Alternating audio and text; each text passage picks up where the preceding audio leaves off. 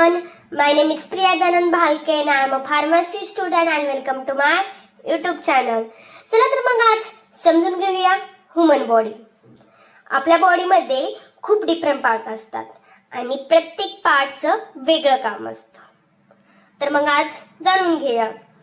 सगळ्यात वरचा असतो तो हेड. हेड मध्ये येतात hair, forehead, eyes, eyebrows, ears, nose, cheeks, lip, mouth, teeth, tongue and chin.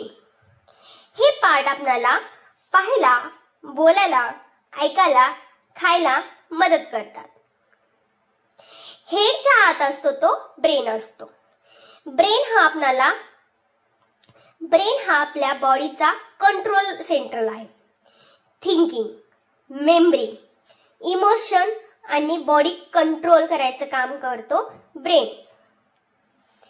हेडच्या नंतर येतात शोल्डर्स आणि हँड्स.